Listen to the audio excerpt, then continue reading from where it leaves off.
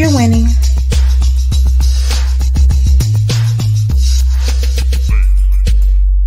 You're winning.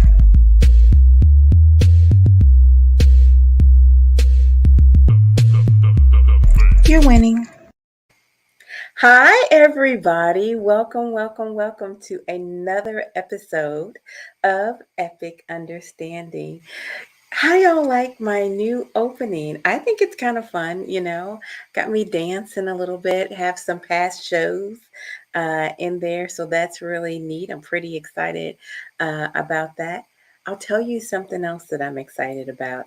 I'm excited about our next guest. His name is Dr. Norris Roberts. He is a father.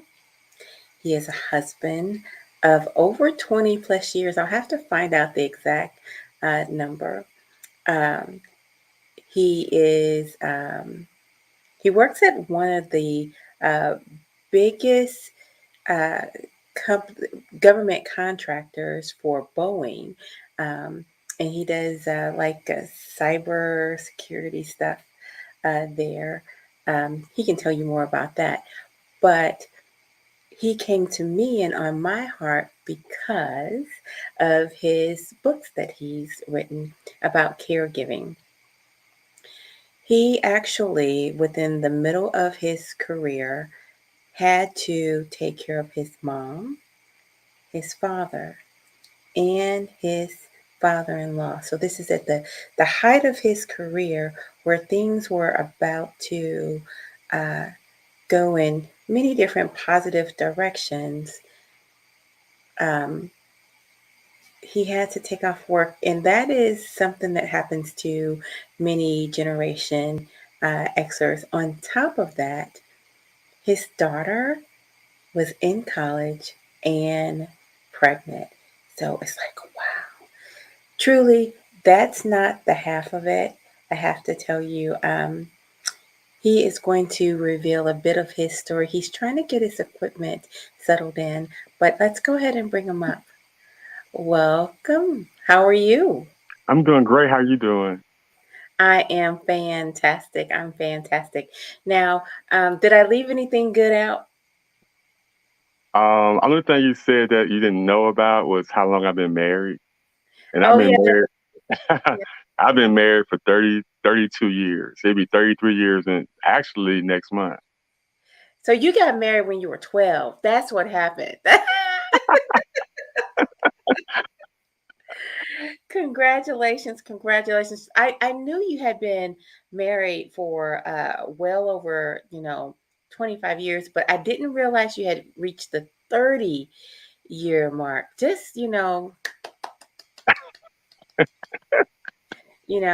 that is amazing to go through life in partnership with someone that long. So, what's the key? What's the key, Norris?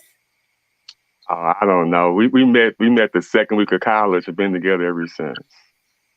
And Oh, so she's my college sweetheart. I just think you just gotta find the right person, and that's part of it. And you just have to.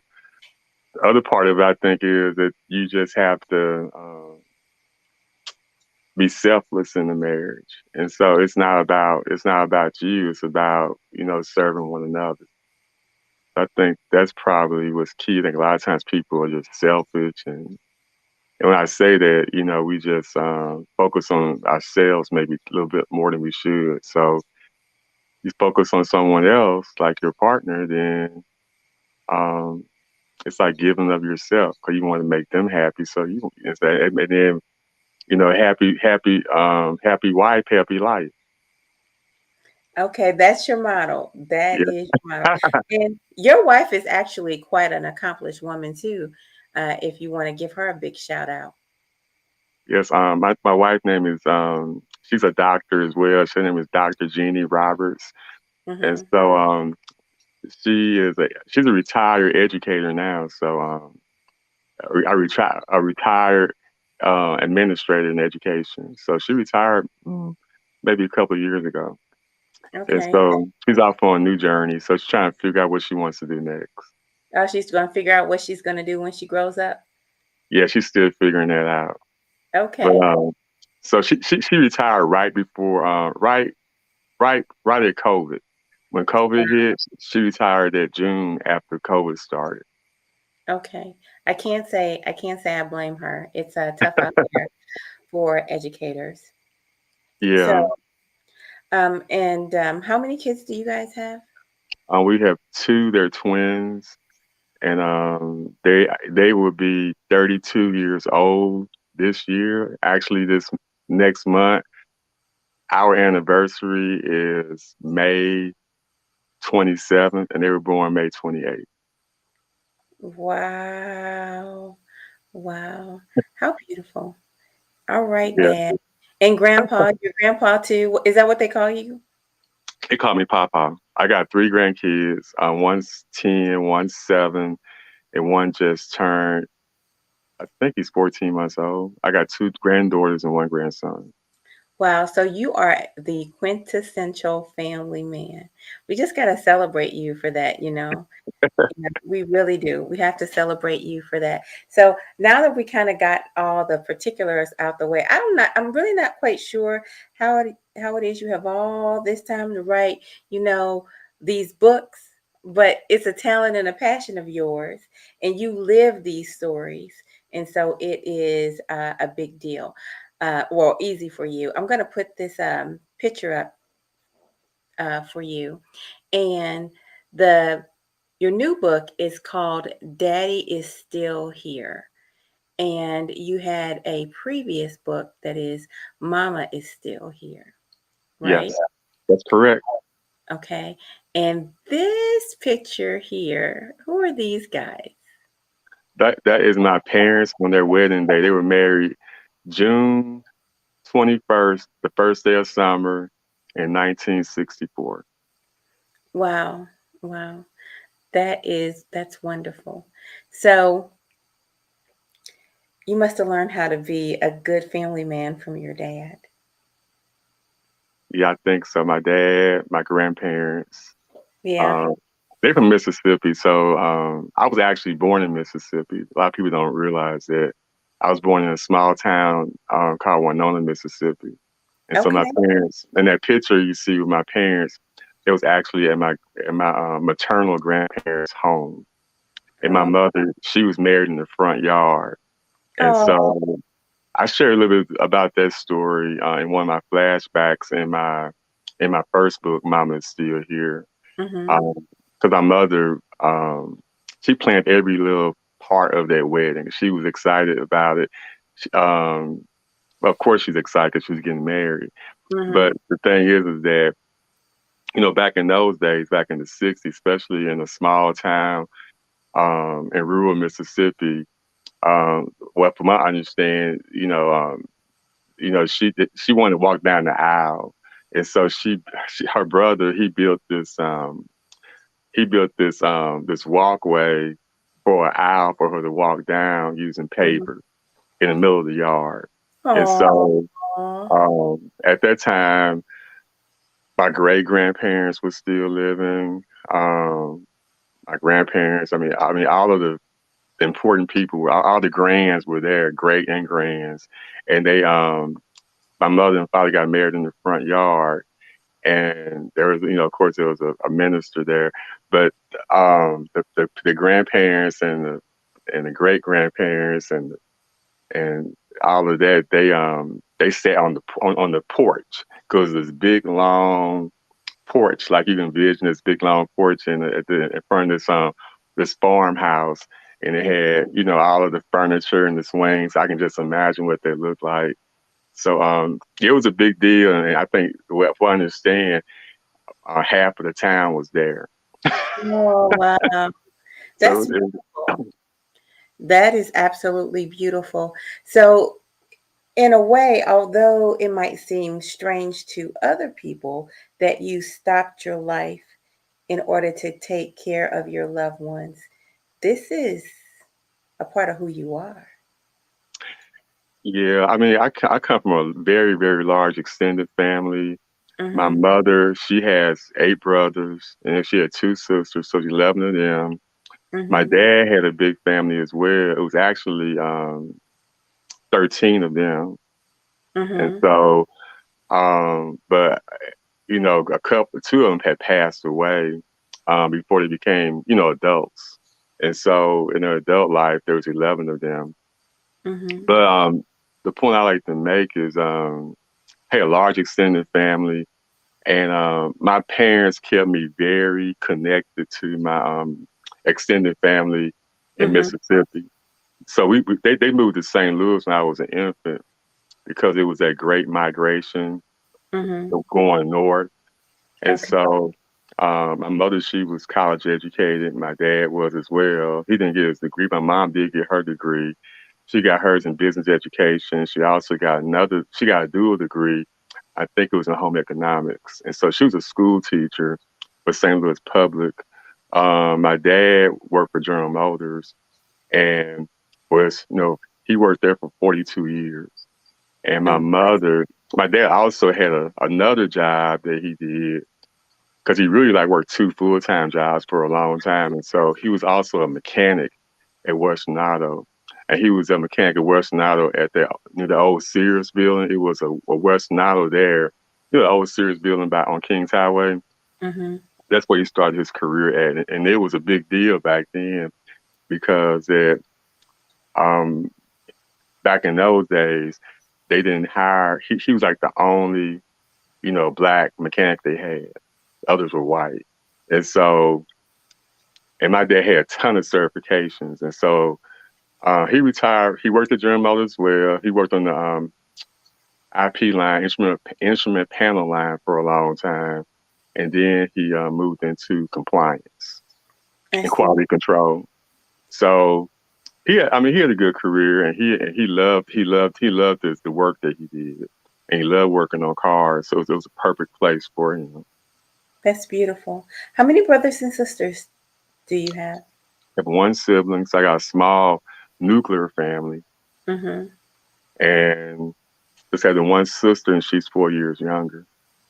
I see. I see.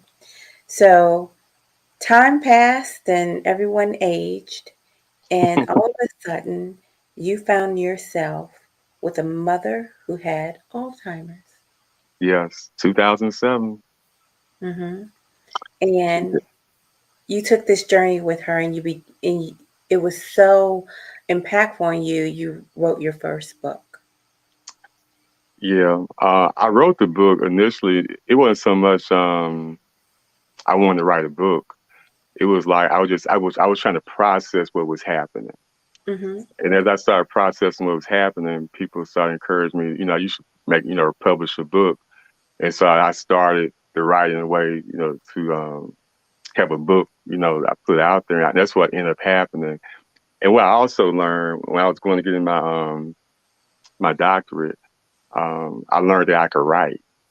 And Mhm. so, because I didn't know that I was a good writer. And so, You actually got an invitation to write for Chicken Soup for the Soul, correct? yeah, I did. Yeah. They didn't publish my work, but I got an invitation for it. Well, you know what? Everybody Yeah. doesn't get an invitation, so there you go. Tell me this. What was it that you were trying to process? What bubbled up inside of you? I was just trying to I was trying to understand why my mother. Mhm. And the reason I say that because my mother was that individual. I mean, she was an extremely beautiful lady, Mhm. and and she was that individual that always took good care of herself. Okay. She always ate right. She made sure that we ate right growing up. Mhm. Um, she exercised. I mean, and she really believed that an apple a day kept the doctor away. And she Mm. literally ate an apple every day. And she would say that on every day, said, an apple a day keep the doctor away. And so I Mhm. remember all those sayings that she had. And it was just mind boggling of all the people on planet Earth, of all Mm. the things you could get, she got Alzheimer's. Mhm. And the sad part about it, she was like the family memory. She was not like just my our little nuclear family memory maker. She was the entire extended family nuclear maker. I mean, memory maker. Mhm. And when I say that, she loved having like family gatherings, and she was that one person that got the family together.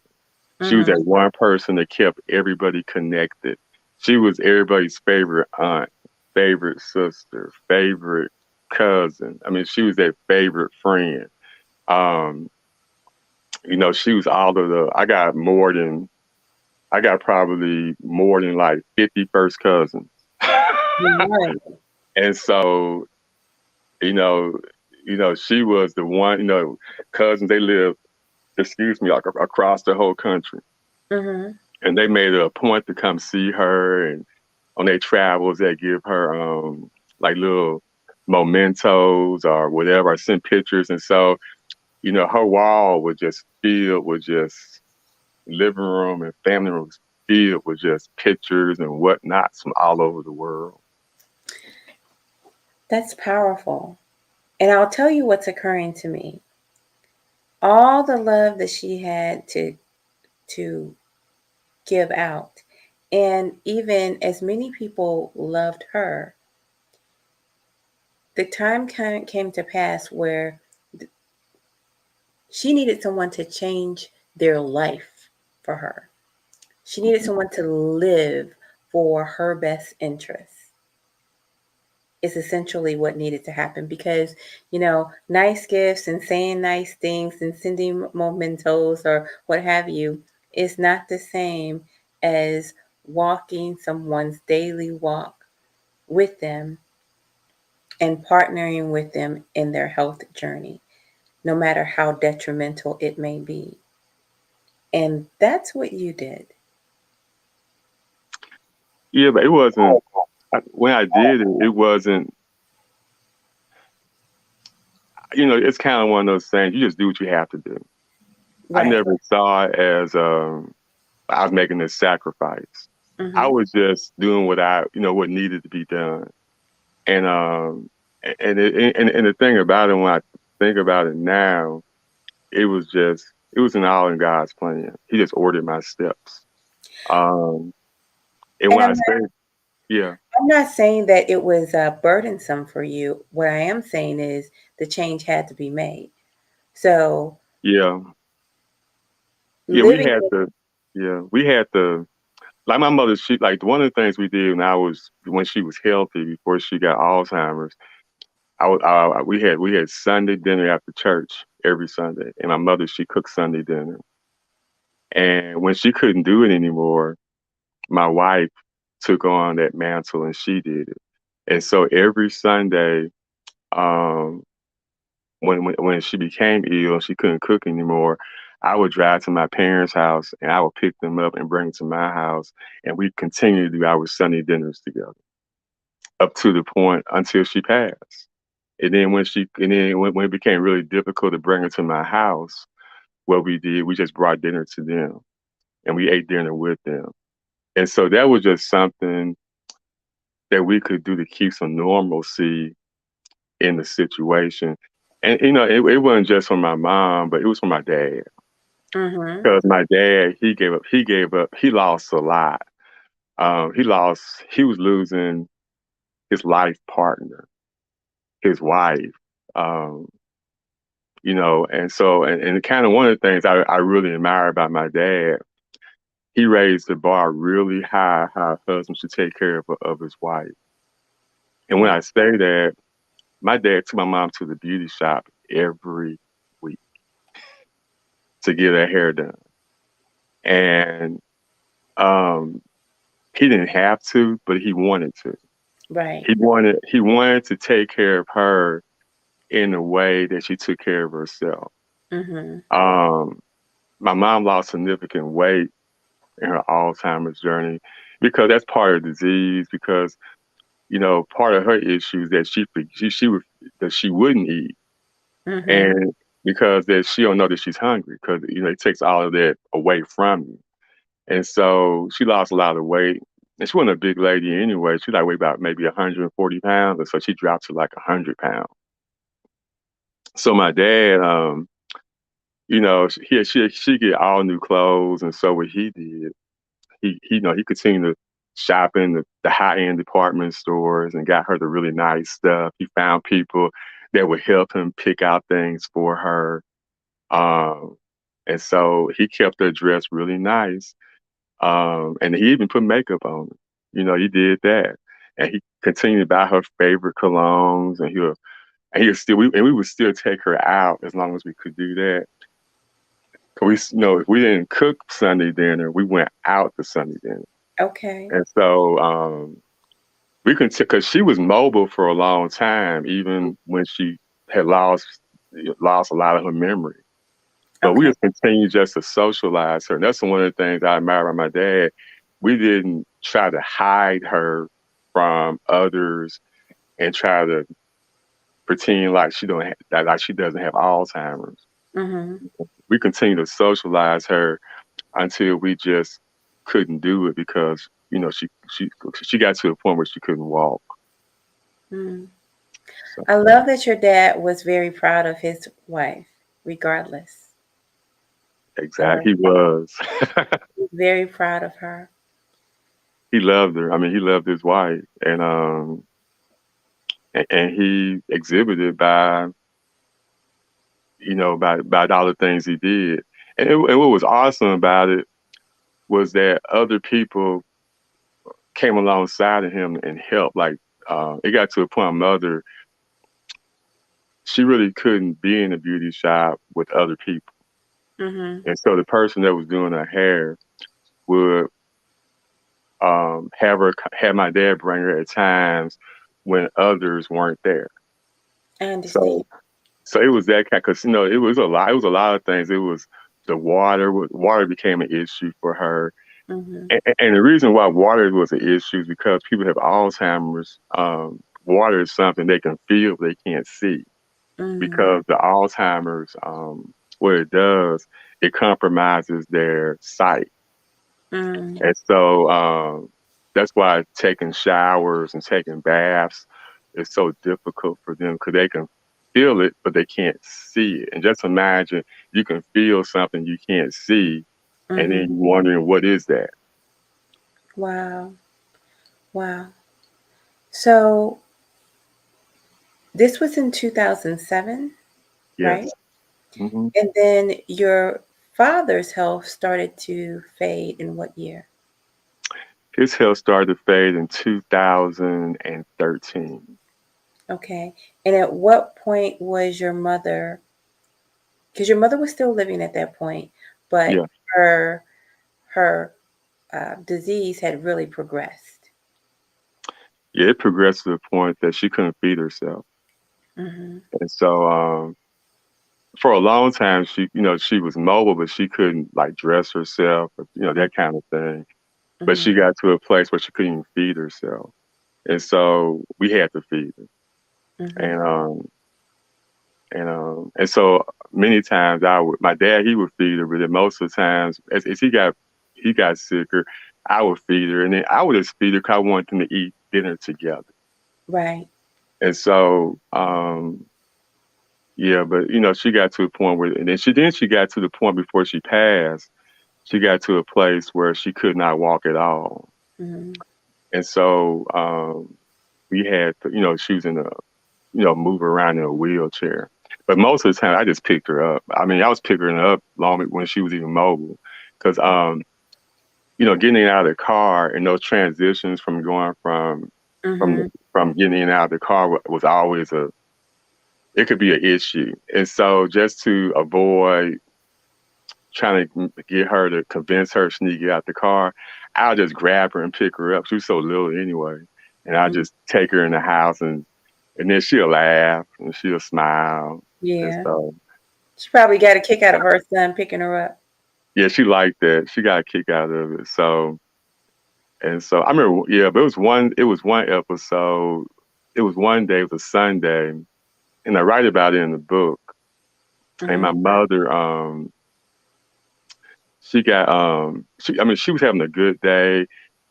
She sat on the front seat, with me because she always wanted to sit on the front seat of the car, Mm-hmm. never the back seat. It was no driving Miss Daisy. It was Miss Okay. Daisy gonna be in the front, and my dad would have to sit in the back. And so she got out the car and she got to the front door of my house, and she just stood there. Mm-hmm. And I said, "Mama," I said, "what's wrong?" I opened the screen door up for the walk in, and she said, "Are you serious?" And she looked down at the welcome mat on the porch, Mm-hmm. and I said, "What's wrong?" And she said that I can't step over that. And so I was following her eyes, and because I've been doing research about the disease, and I realized how this disease compromised their sight when they have Alzheimer's. I realized she thought that welcome mat on the porch, she thought there was a hole in the Mm-hmm. porch. And then because she made a comment that she may fall in. And Mm-hmm. so what I did, I picked up the welcome mat and I threw it over in the flower bed real quick. Mm-hmm. Then she looked at me and she said, "How you do that?" And she laughed and she walked on in the house. Oh. And the point I make to people is that, our jobs as caregivers is to, first of all, make sure they're safe. Mm-hmm. And number two is to comfort them. Mm-hmm. So most people reaction, they would have been like, "Oh, there's no hole there," and try to push them in the house. Mm-hmm. And Mm-hmm. that would have caused an anxiety attack. Mm-hmm. And the whole purpose of us, for me going to get them is to have a nice dinner. And if I had did anything other than what I did, that would have ruined the dinner. And she would have thought her loving son is trying to push her down in a hole and hurt her. So I share that story to let people know you have to respect the disease and be mindful of how they may be perceiving things, and, Right. and do whatever you can to comfort them through that. And Mm-hmm. that's just an example that I try to share to say, you know, um,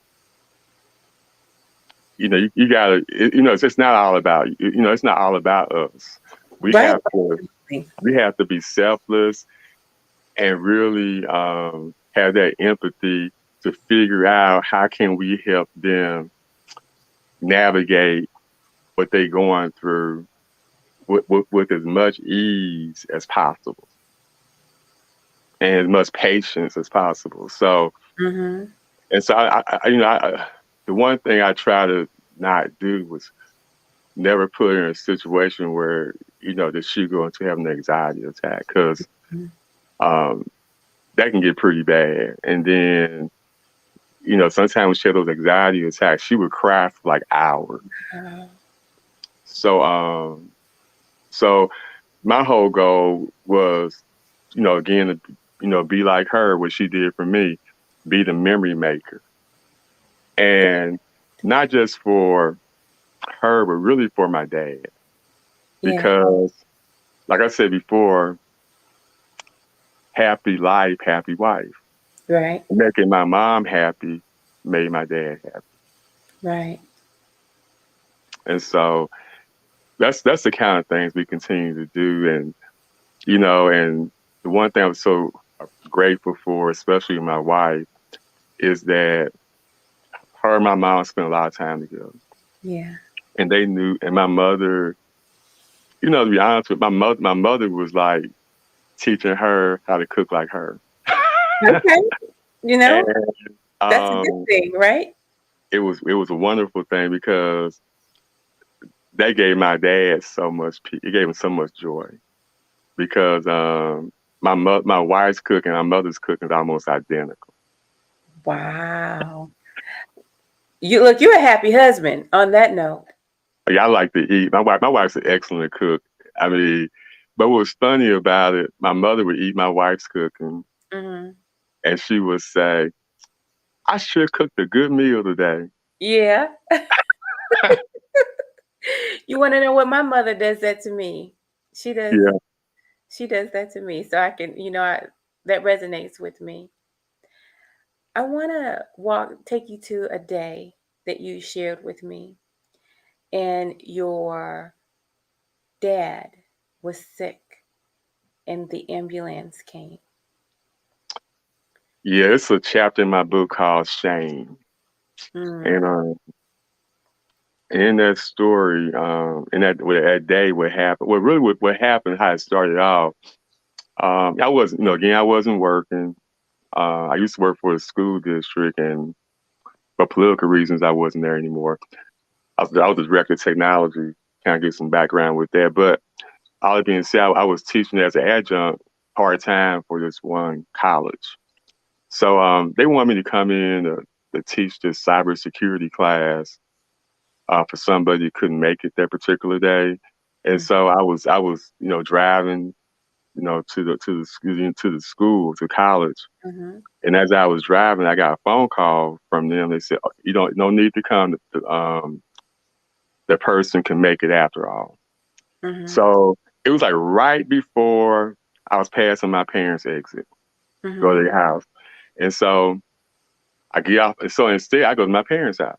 I mean, Okay. I'm there every day, but I'm just getting there a lot earlier than I would have gotten. Okay. So it's about lunchtime. My dad, he's feeding my mother.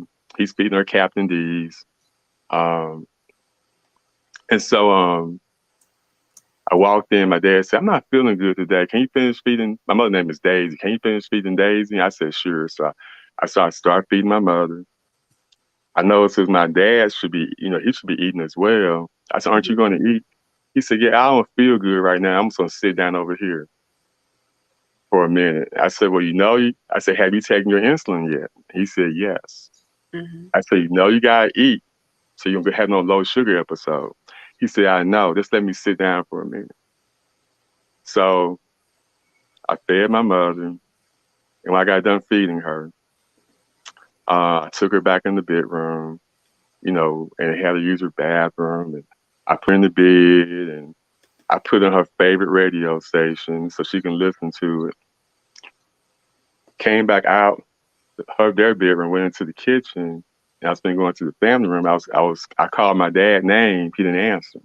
mhm, And so then I looked around and he was, my dad, he's very routine. So he only sits in a certain place and he don't mhm, sit everywhere. He got this one seat he sit, and so he was sitting in a place that he never sits at. It was on the couch.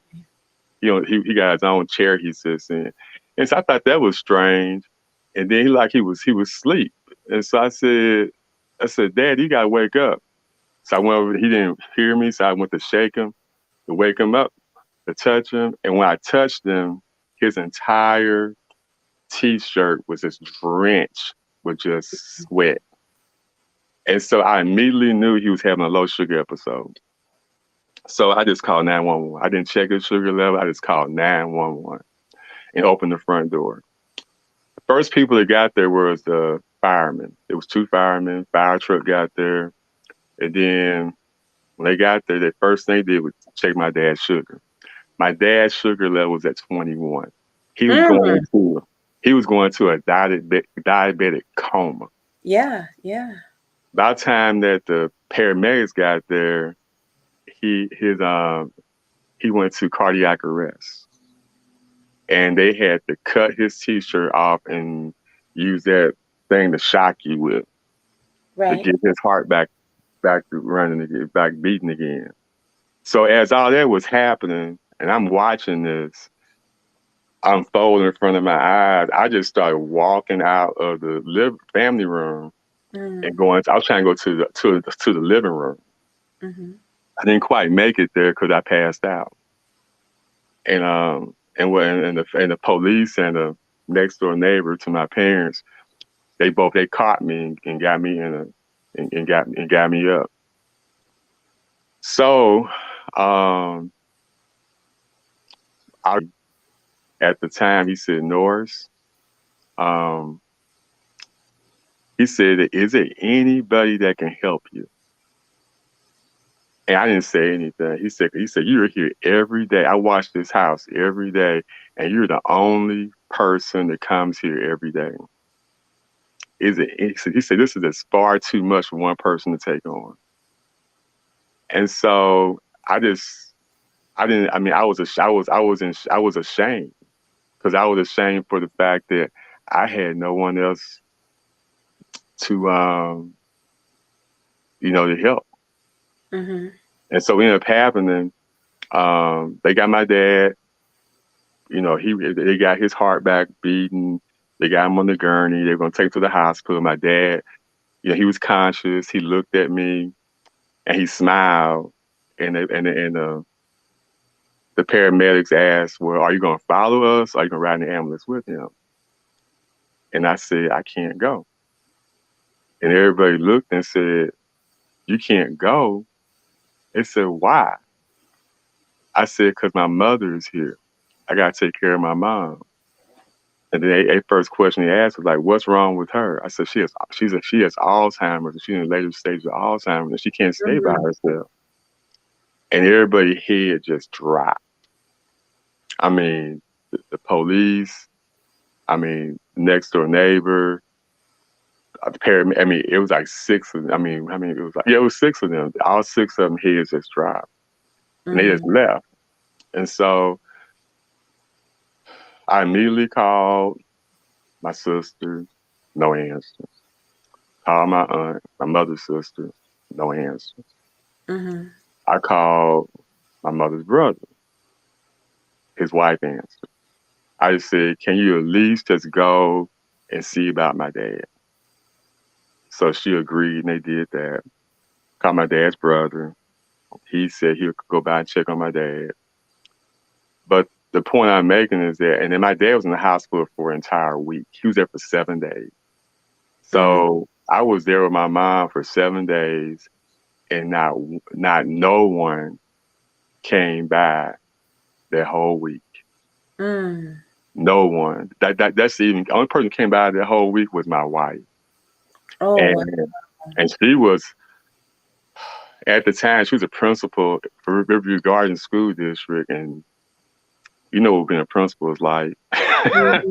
Mm-hmm. So she was, I mean, she was struggling herself. Plus, she was having to, to take care of my father-in-law by herself. And so I mean, she was busy. So I Mm. mean, she couldn't do anything more than what she was doing. But the point I'm making, there was other people that could help, but they refused. So let's pause for one moment because by this point, is your father-in-law living with you? Oh, he was living with us back in 2007. Okay. Okay. Yeah, he was living with us then. And his health had started to fail. Well, yeah, it had failed quickly. Okay. And what happened was he had got right at see what happened. My mother had got Alzheimer's. My Mm-hmm. mother-in-law had just died from myeloma cancer. Mm. They lived in Chicago. He moved in with us because he could not sustain himself just with his income in Chicago.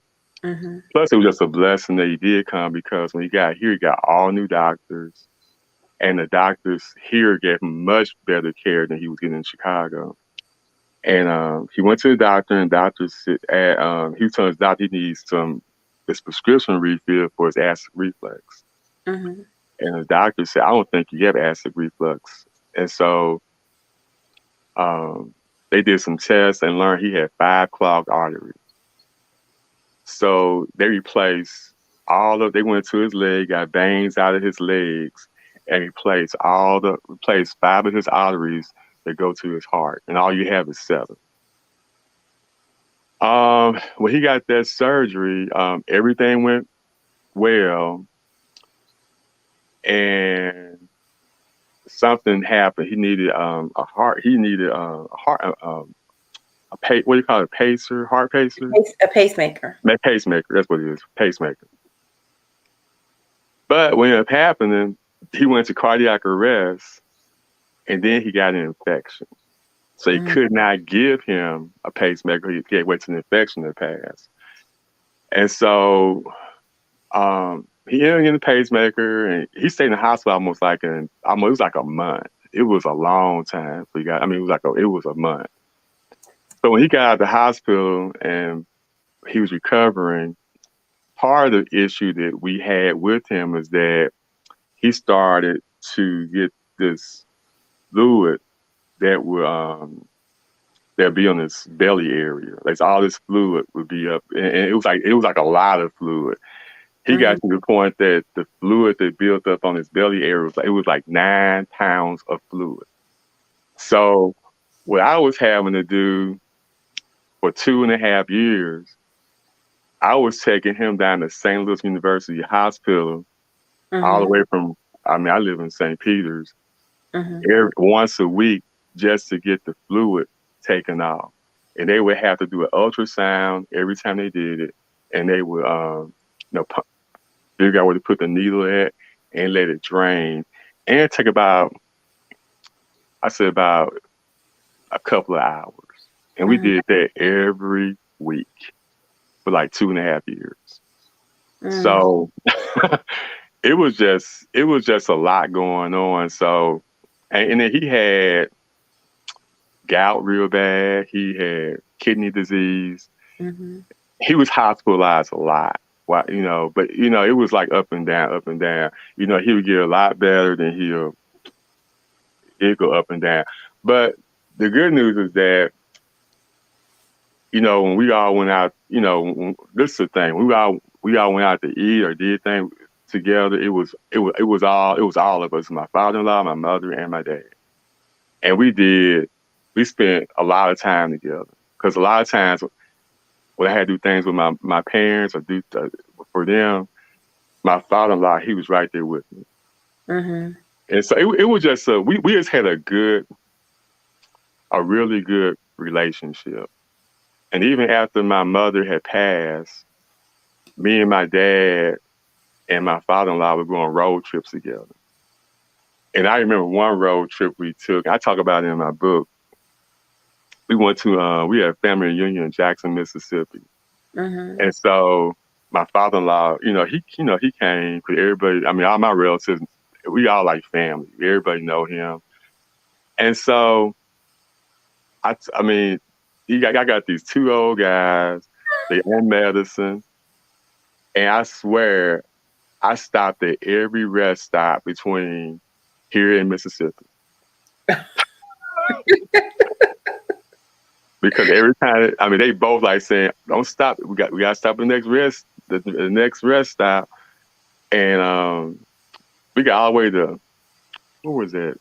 We got all the way to Memphis. Mhm. And my dad had this thing. He wanted to go on this. My mother had passed, and so he was having this walk down memory lane thing about all this places that him and my mother always stopped at going to Mhm. Mississippi. So he wanted to stop. He was like, "We gotta stop at Shoney's," because that was my mother's favorite restaurant to shop at. Or stop at was Shoney's. So he stopped there, and before we left to go on the road trip. I asked my dad, I said, you got your insulin, you got all your stuff for your diabetes. He said, yep. He showed me the bag, and I said, okay, we got everything. We get to the Shoney's restaurant. He ready to pull his stuff out so you can like shoot up, test Mhm. his sugar and shoot up and stuff. He had everything but his insulin. Oh my goodness. So he's in a panic, and so because he's in a panic, I'm in a panic. And I'm like, my mind's just like racing. How do I figure this out? And I just started thinking and thinking and thinking and thinking. Now I remember seeing a Walgreens. So I Okay. went over to Walgreens next door to Shoney's, and I talked to the pharmacist. I said, this is what's going on. They looked up my dad's prescriptions and, database. They said, oh, we got you. They gave me enough insulin to take care of him for the whole weekend. So Oh. it worked out, but it was just always something that seemed like, Yeah. I had, and then they relied on me for like everything. I had to put shoes, dress them, and Yeah, They yeah. can't bend over good, so I gotta put the shoes on. They need help with their belt. They don't know how to, they want to dress up, and so I had to button all of their. They didn't want to wear like a regular shirt. They want to wear the shirt that got cufflinks in it. You kept them fly, huh, Norris? Yeah, they want to be. They want to look all fly, and I mean, it was just like, and I'm like the person doing all of this. And it's like by the time I get done with it, I'm exhausted. I don't even have no energy to even want to go anywhere. But I did. I mean, it was fun. I mean, we had a good time. That's beautiful. I can see the joy in your face. Yeah. I can see the camaraderie, and although this is your father-in-law and this is your dad, it's almost like a brotherhood that was formed as well. Yeah, my dad and my father-in-law were born the same year, and Oh, their okay. birthdays are only 11 days. I think it was like 15 days apart. Mm. And so, and they both were the same zodiac sign, so they had a lot of commonality there. But what was funny, we used to go, we used to go out to dinner a lot, and people would see us in the community, and they thought my father-in-law was my dad, and Okay. so we saw us together so much. So, and I would tell people that I said, these are my two dads, and then I said, but they're not a couple. Okay, okay, okay. Yeah. Yeah. It was a show like that, my two dads. So, Yes, yes, yes, yes, and yes. so they would My laugh. two sons, I think it was, but you had my two dads.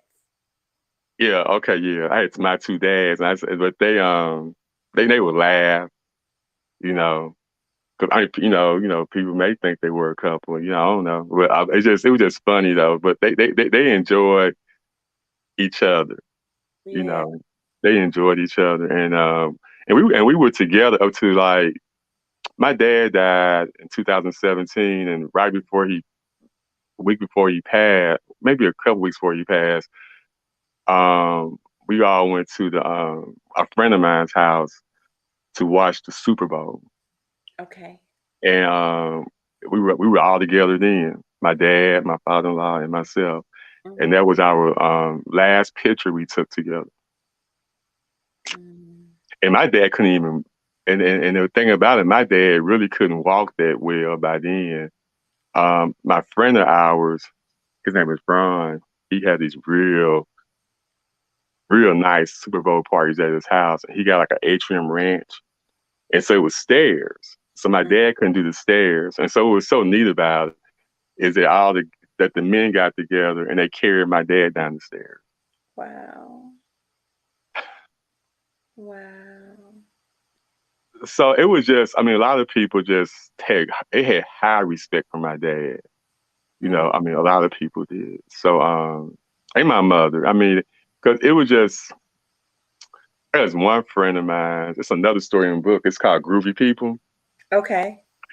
And so Groupie People is a story about my barber. It was a lady that we hired. We call her the bath lady. And to give my mother a bath. My mother, she just loved this lady. And then it's about my mother's hairdresser, who would Mm. always shut the shop down just for my mom and about my wife. And so that's why I call it Groovy People. But there's one particular story is about my barber. So my barber name is his name is 𝐊𝐍𝐿 Price. He has a St. Charles Barber College in St. Charles. He's also a commissioner for Missouri for barber and cosmetology. Mhm. So anyway, come to find out that Desi has known my parents longer than he's known me. Oh, wow. Oh, wow. And so it's an interesting story. So when Desi was a little boy and my dad worked at 𝑺𝒐𝒏𝒆𝒂𝒕, Desi would go into 𝑺𝒐𝒏𝒆𝒂𝒕 and he would go, him and his siblings would go in there every week and go look at the bikes.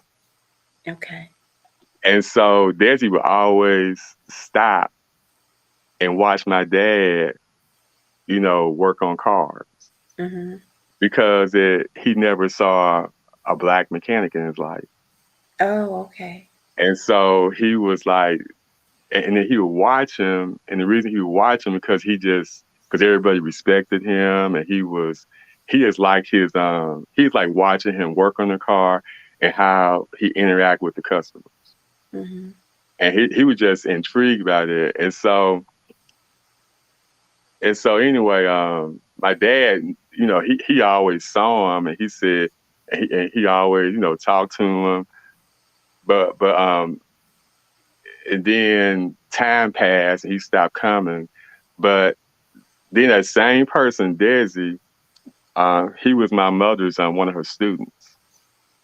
He went to O'Fallon Tech, and my mother was a typing teacher, and she was his favorite teacher. Ah. And so the reason I'm telling you this because then I didn't know him at all because there was no reason for me to know him. So after I had got married, and I had to finish college and I got married, and I was trying to find me a barber here in St. Charles because back in those times, you just they didn't have any African American barbers that cut black hair, and he was like one of the first ones in the St. Charles area. And so I went to this shop, and he cut my hair for the first time. And so, and I was real frustrated because I've been trying to find me a barber, and I'm trying to have this corporate look, this clean cut look. And then I was working for Electronic Data Systems at the time, and I had went to this barber. This lady cut it, and she did a fantastic job the first time. The second time, she gave me a kid and play haircut. And so I Oh. had no hair on the side and this big old bouffant at the top. And I didn't know what to do. And I had to go on a business trip to Dallas like in a couple of days. It was horrific. So for what you're saying is there were no black barbers in your area. In my area where I lived, I wasn't one in my Right. area where I lived at. And so Desi was one of the first black barbers. So anyway, he became my barber, and then he ended up cutting my hair, my son's hair, and then he eventually started cutting my dad's hair. And Okay. that's how we figured out that he was that little boy that my dad would always see at 𝑭𝒐𝒧𝒏𝒆𝒏. Oh, oh. Then one day, I always had my wife had this big Christmas gathering at our house around the Christmas holidays. I always asked Desi to come. And so one time he finally came, and he was in my house in my family room, and he was looking at the pictures on the bookcases and stuff. And he said, "That's Mrs. Roberts." And I said, "Mrs. Roberts, your mother?" And I said, "Yeah, she here. You want to see her?" And so I called my mother, and then the first thing she said, "Desi, what you doing here?" Oh, wow. The world is small. And so it came, and then we was talking. He was telling mother, he said, "I've been cutting your son's hair. I mean, he's been cutting my hair for for 15 years at this point. Been cutting my son's hair. He even began cutting my dad's hair, but he never made the connection that we were all related." Okay. And so it was just amazing how this one person has been connected to all three of us in different stages of life. And Wow. then we all end up together. And so Desi, and what I liked about Desi so much is that when my dad couldn't come to the barbershop get his haircut Mm-hmm. because for health reasons, Desi would come to his house and cut his hair.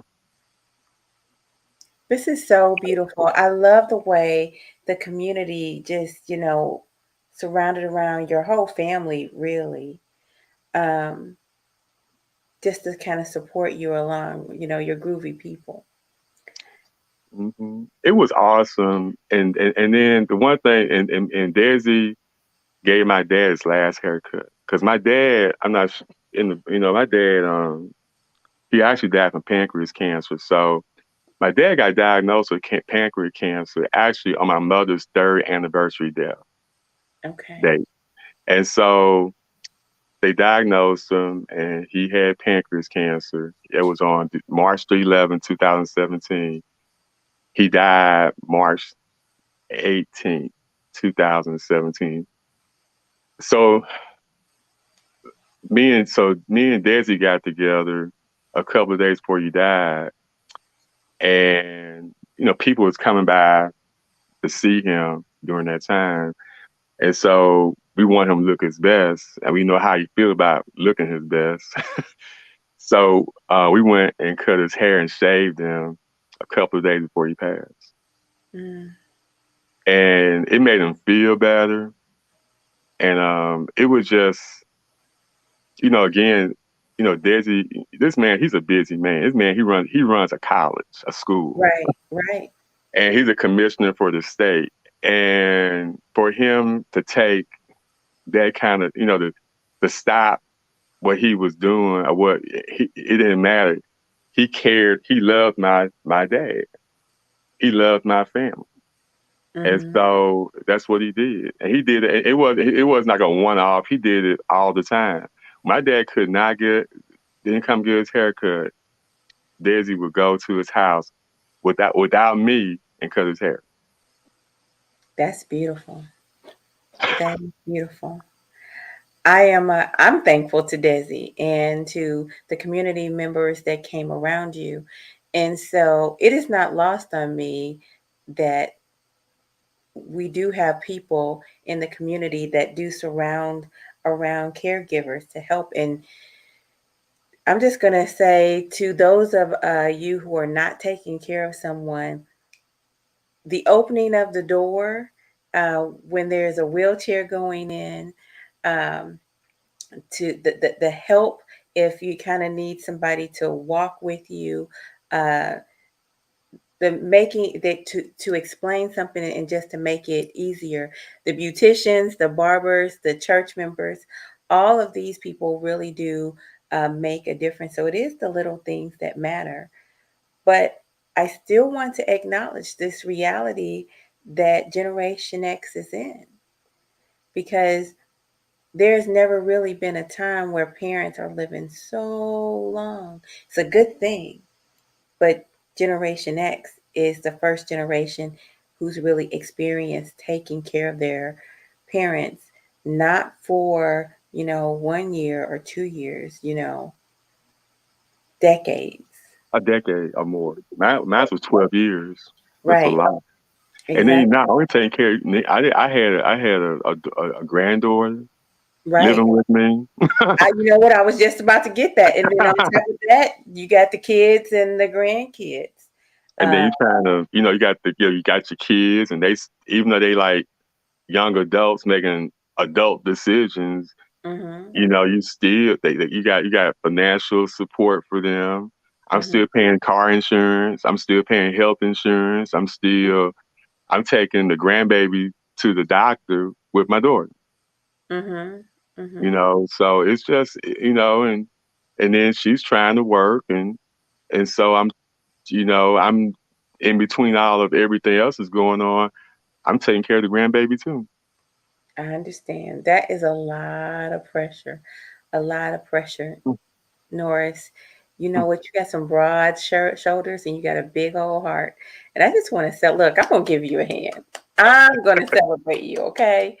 Thank Uh, you, thank you. just sincerely, just lifting you up. I've been doing this series and I'm doing a lot of short videos where men are explaining about masculinity and manhood. I'm just going to say you're a walking definition. Thank you. Yes, That's yes. awesome. That's Lady awesome. Thank Fresh is you. agreeing with me. Yes, yes. You are a walking definition, because it's not the one thing that you do and it's not the thing that you do wrong. It's the things that you do over and over and over that support your entire unit, you know? And better yet, the joy that it gives you. That's what I think is magnificent. the joy that it gives you to do these things. It's not that you don't understand that they can be a challenge, and it's not necessarily how you would have designed the situation, but it is your response to the situation with joy that I love. I have a tagline. I always when I sign my books, I always sign it with and you've seen it. It's Yeah. love is the most excellent way. Yes. And so, and that's my thing. I just think, that's the way you do everything. You Yeah. do everything with love. If you Mhm. can't do it with love, don't do it, you Mhm. know. So, I mean, that's my motto. I mean, love is most excellent way. So, I mean, that's all I know how. I mean, to be honest with you, Erica, that's all I know how to do. I don't know how to do it any other way. You know what? It's just inside of you. Yeah, Uh, and so maybe to be a great man, the most important thing for you to do is love. I believe so. That's it. And it's Hmm. not hard. I mean, it's not hard to, I mean, we all have our struggles and, but, having a smile goes a long way. Yeah. And you can just smile when everything's not perfect.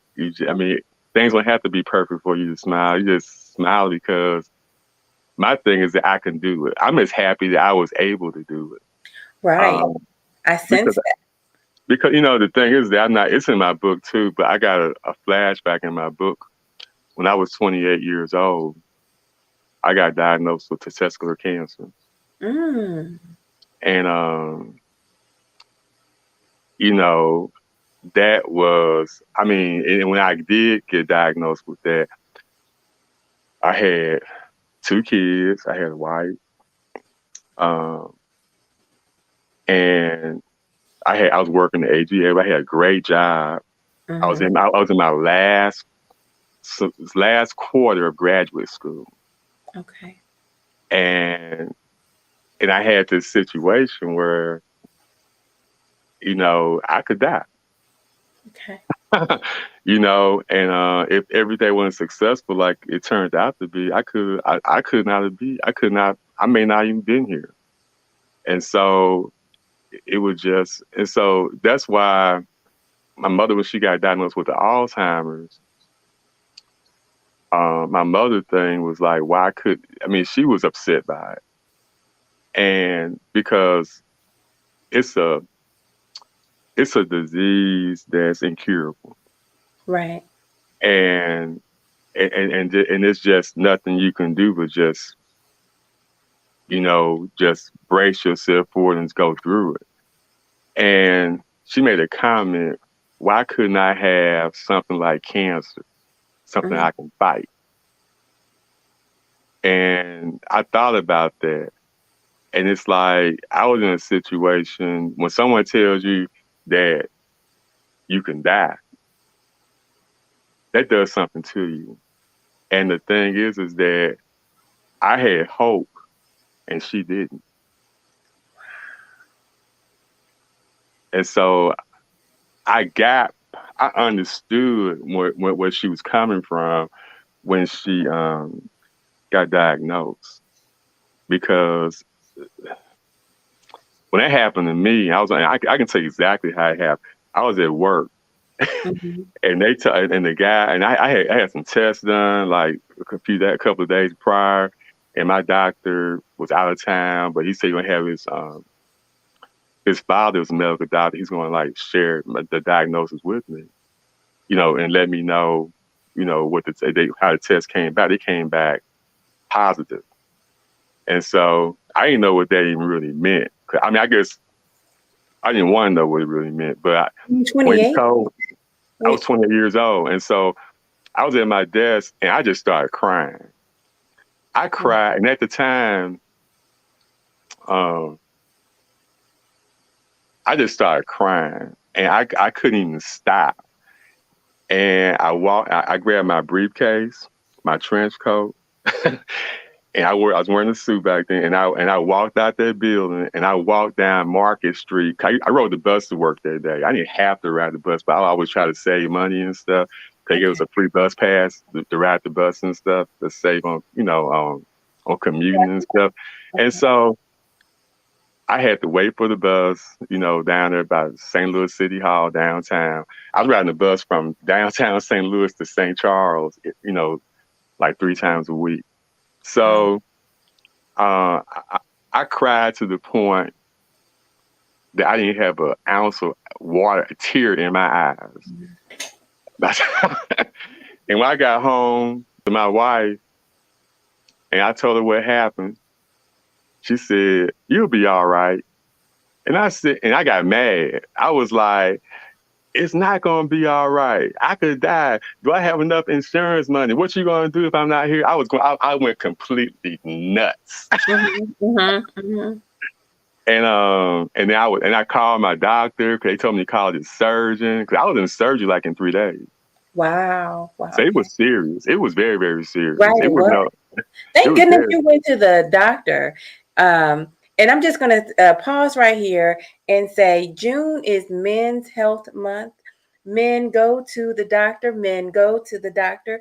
Men go to the doctor. We're having a seminar on June 18th regarding men's mental health. But we have Men's Health Month for a reason. Guys, go ahead and make your appointment now because had they not caught it, Norris, what might have happened? I could have, I could have had cancer that spread it to my whole body. Hmm. Hmm. That's what could have happened. They caught mine very, very early, and so I didn't have to go through all the chemo and stuff because he caught it so early. But they had to watch me for like 5 years. Wow. And so even to this day, when I get a physical, my physicals are very, very thorough. Hmm. So I get a physical actually next week. So Ah, yeah, I'm big on going to. I mean, after that situation, I go to the doctor for everything. I don't play. If I get a bump on me, they do CAT scans. I They don't. see. I mean, it's when I get anything that happens because of that situation, they take it very serious. In my mind, I'm thinking of the movie It's a Wonderful Life, right? Because you were Mhm. only 28 years old when you had a real health scare. And I'm thinking, who would have been there to pick up your mom? Who would have been there to babysit the grandkids? Who would have been there to drive your father in law and your father across the country? Who would have been there the day that your father went into a diabetic situation where his blood sugar was only 21? Well, I don't know. It would not have been me. Right. I Thank mean, God I'm here. You know. thank God you're here. So it's just so many things that you touched that were really, it was you. It was you and you alone. God put you there, put you in that place. You and you alone that was the hinge for that particular moment, right? So it's a pretty big deal. Pretty big deal. But I love those people to death. I think about them every day. Hmm. I miss them so much, even though um, it was hard when they were here with us. Hmm. I just, you know, I do it again in a heartbeat. I would do it again. Of I would course, do it again. I see that. I see that you would love to do it again. Yep. Because we had so much. I mean, even though it was hard, we just had a good time together. It just we still, in spite of everything, we laughed, and that's what I loved about even my mother. We just even though when she couldn't remember no more. I remember one time, uh, my mother got to a point where she didn't even speak anymore. Okay. I didn't even hear her voice for like 6 months, Mm, and I didn't hear her voice for 6 months. And so one time I was combing her hair, and I'm just I'm talking to you. I'm just combing the hair and just, sharing, all the things that are happening, with my kids and, you know, me trying to find work. And Mhm. I'm just sharing, I'm just talking to her like she's mom. Mhm. And my mother got up out of the seat and grabbed me and held me tight and told me it's gonna be okay. It was Mm. She said it's gonna be okay, like in a way that only a mother can say it. Wow. And I had not heard her voice like it was months. And it was like she was lucid. She heard everything I said. And that's what the other issues that were people, a lot of times they just assume they'll say things like, "Oh, she's not there anymore. She's gone. She's just a shell." It's a horrible thing, and it's not Yeah, true. yeah, yeah. They still are there. Right. Uh, just because they can't communicate to you like they did when they were healthy, don't assume that they're absent, completely Mhm. absent. I mean, they still are having lucid thoughts. They Mhm. just can't communicate it to others like they did in the past.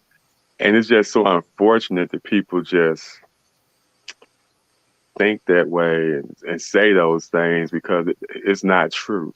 But this is the one thing I loved about. I'm grateful that I was there because that it was those little moments and those little nuggets of moments that I got a chance to have. If I not had been there, I wouldn't have gotten them. Right. They're priceless. They priceless because even though it may look this way, but it wasn't. I mean, she was there. She was there the whole time. It's like she was just incarcerated with this disease. And I Mm. was, and I got a chance to I got a chance to see her come out of that incarceration. That's beautiful. So, yeah, it was, but I mean, but I would do that, all over again, just to, just, just to have them near. Mm, mm. Some You were telling a story about the insensitive comments that people make, and I'm just going to jump in and let you know that I really do understand that because with my mother's situation, doctors, nurses, um, caregivers, they would write my mother off. They would tell me she was not there. They would say she wouldn't make it. They wanted to just act like she was worthless. And that was just part of the frustration because it was a constant fight. And so I'm not sure what it is about constantly being around people who are sick that gives you that kind of mindset to write people off. But to you, that's your mother, and you want every single effort made, you know? Exactly. Right. We're not going to just sign off on this. So um, I highlight that because don't let your parents and your loved ones, your aunts, your uncles, don't let them go to the doctor and be at that hospital by themselves without an advocate and representation. Or don't let them be in the nursing home with, out visiting them, you know. Check to make sure that people are doing the things they're supposed to be doing because if you don't, they will let that person slide and slip away. You're right. You're 100% right. You got to Mhm. be there with her. You got to, I mean, I used to spend a night with with my mother and well, all of them. My dad, he didn't, not so much with my father-in-law and my mother. I did spend the night because they were hospitalized more. Um, But you just got to be present all the time, because when you show that the thing I've learned is that when you show that you care, then they're going to pay more attention to the people that are being paid attention to by their family. That's true. That's They're true. gonna, When you show that you care, uh, and you're following up, it's a management phrase. I'm trying to think of it, but what gets what gets measured gets done, or something like that. I know What you see that.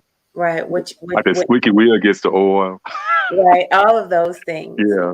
And you Mhm. want to know what? I just want to be clear. It's not the. Don't be mean to any nurses or anything like that. By all means, bring them cookies, cakes, snacks. I was the snack lady.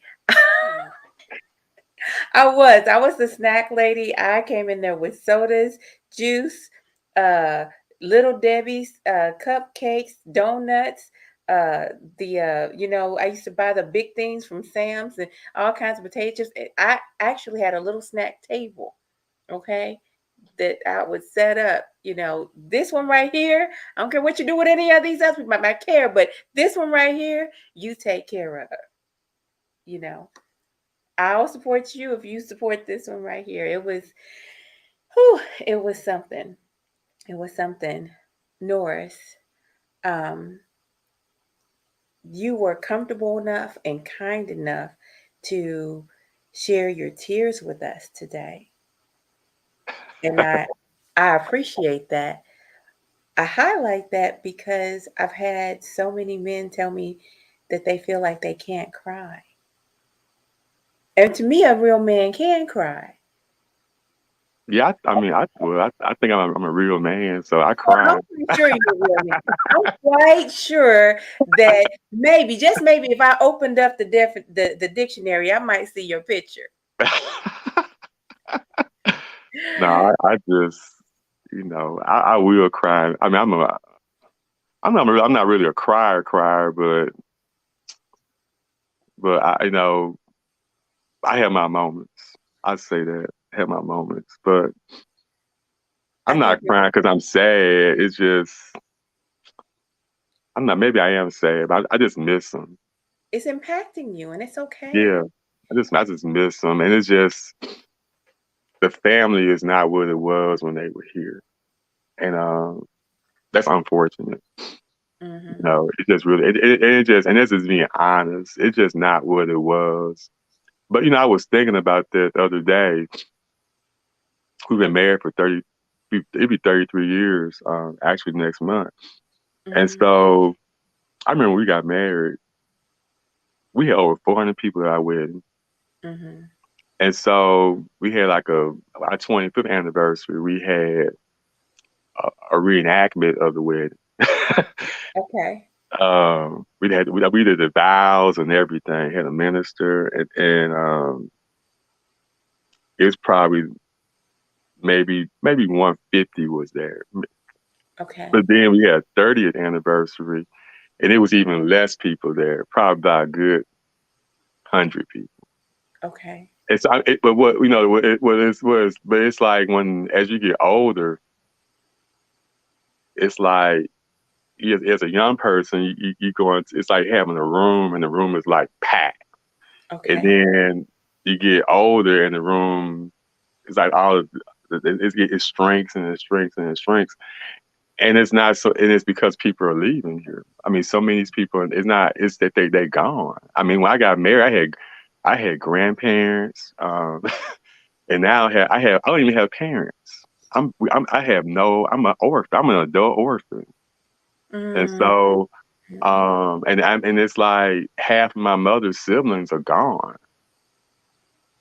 so they just not even here anymore. I mean, so they died. So I think Mm. that's what's sad, is that, you sit here, and your whole life starts to shrink. And, Mm. it's just, you know, it's just different. It's just a different world. And Mm. it's not, and I guess I'm replacing my parents. I mean, that's Right. what happened. But it's like, it's just not it's not the same. It's I'm not going to have what they had, Right. and I have to accept that because the world's different. The world is different. It's just different, and it's just unfortunate because people are just not like they were in those times. They Mm-hmm. just, it's just not.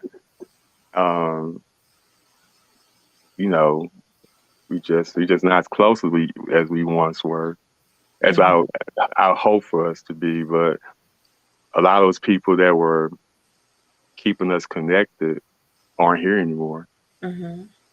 You know, and for whatever reason, um, there's a void, but it's a void that really can't be filled. That hasn't been filled, and I don't think it's that it couldn't be filled. I think it's just people choosing like they don't really want that or need that anymore.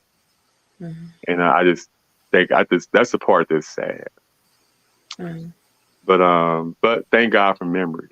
Thank you for Thank memory. God, thank God for memories. So the memories I have are just, that's why writing the book was a joy because it gave me a way to put those memories down on paper Mm-hmm.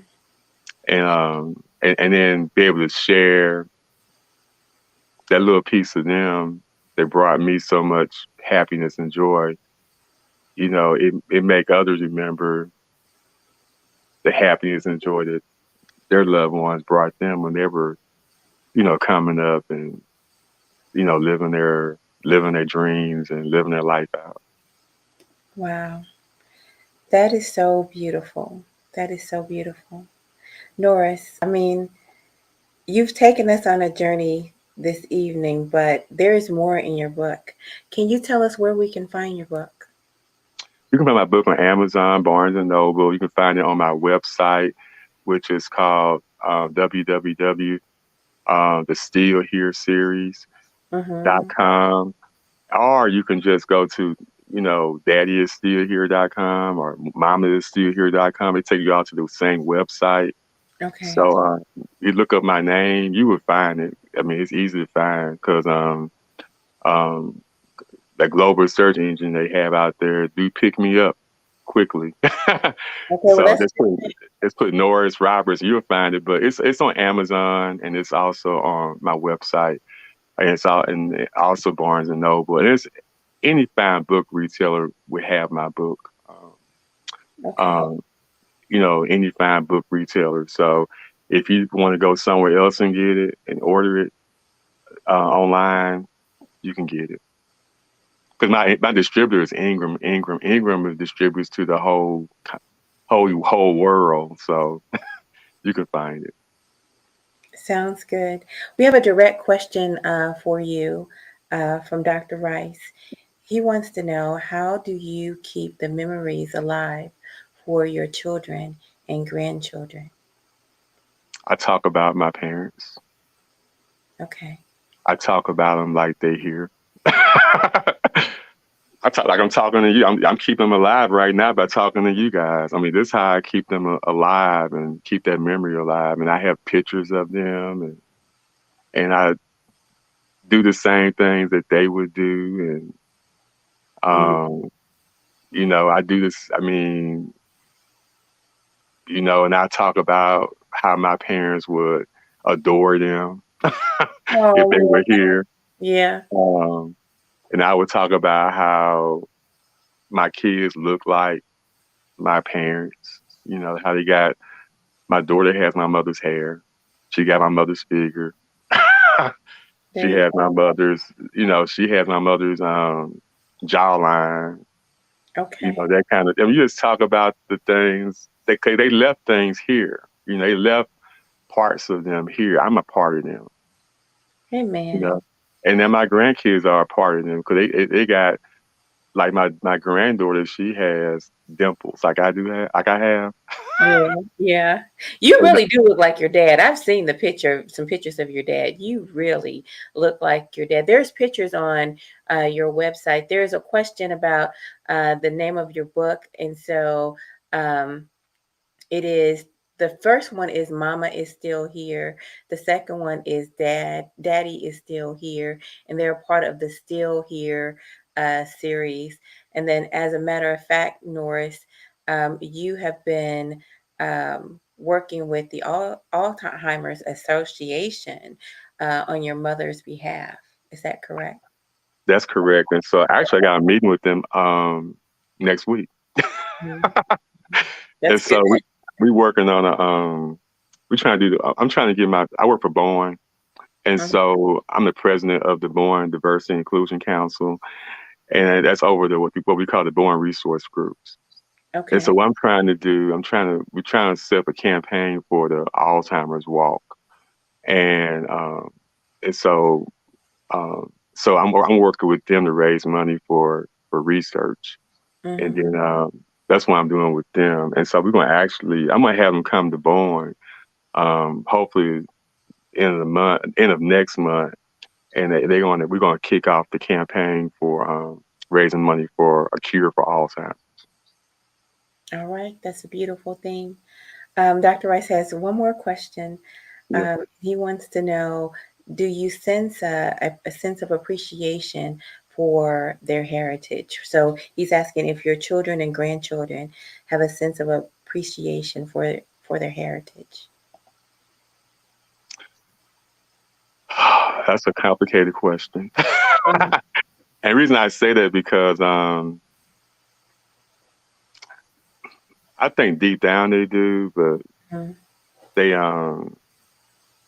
I think they will at some point, but they just don't exhibit it strongly like I would like them to. Mhm. But Mhm. the thing is that it's been poured into them. Mhm. So I mean, I poured into them like a hurricane. So so it's up to them, about our family heritage. I mean, we have a you know one thing I would say, like the Roberts, uh, my, the Roberts. Even to this day we have land in Mississippi, Mhm. and my grandfather left about 200 plus acres of land, um, to his kids, and and then that's got passed down to myself when my dad died. But Okay. the richness of um, what I want to say is that when my dad was young, the Roberts had more land than any family in Carroll County, black or white. Okay. And so, um, they just they were a kind of family that I mean, my great grandparents and my grandparents, they were a community building type family. They came from a place called Spring Hill, Mississippi, Mhm. and Spring Hill, Mississippi was a community of all black. It was like they were all blacks. They would call them mulatto back then, Mhm. and they had their own schools. They had their own church. They built a whole community, um, and they took care of took care of themselves. So it wasn't, and they were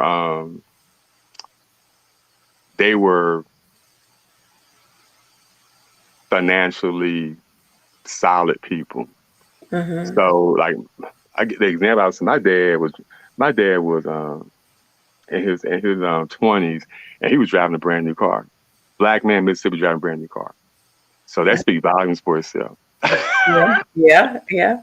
Yeah. So I'm just saying we came from some good stock, and it's just and the thing about it, what I like about my lineage is that we I come up from a lineage of accomplished people Okay. on both sides of my family. So my mother's side and my dad's side, mostly my dad's side, I would say.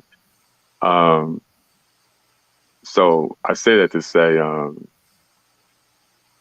we have a lot to be grateful for, thankful for, and the thing I try to reiterate, especially to my kids, is that we owe our ancestors a lot.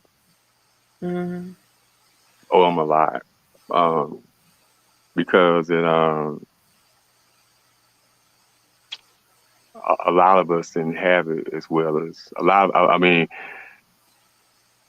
it could have been a lot worse, Right. and it was a lot worse for a lot of people.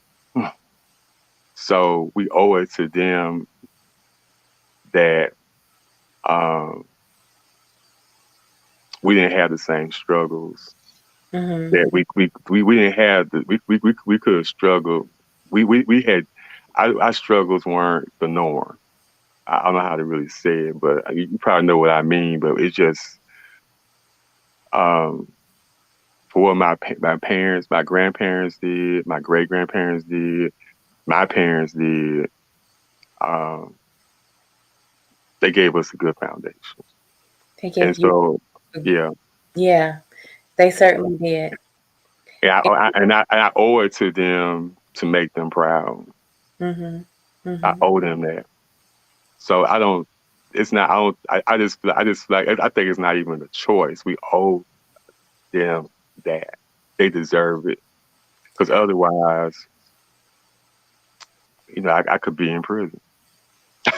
I think that the riches that they actually left you with, that I see the most, is honor, integrity, love, and appreciation.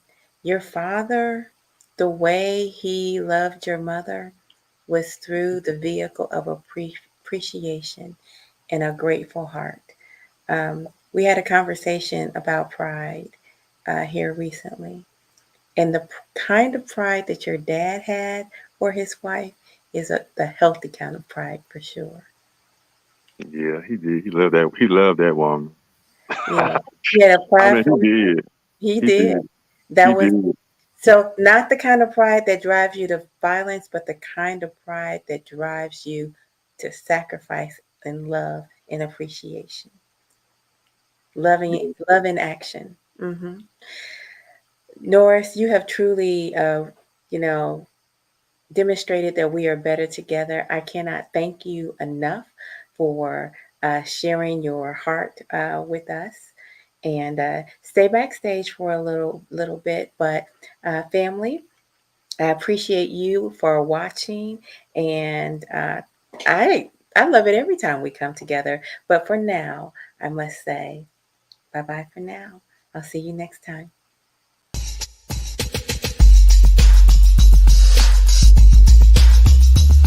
You're winning.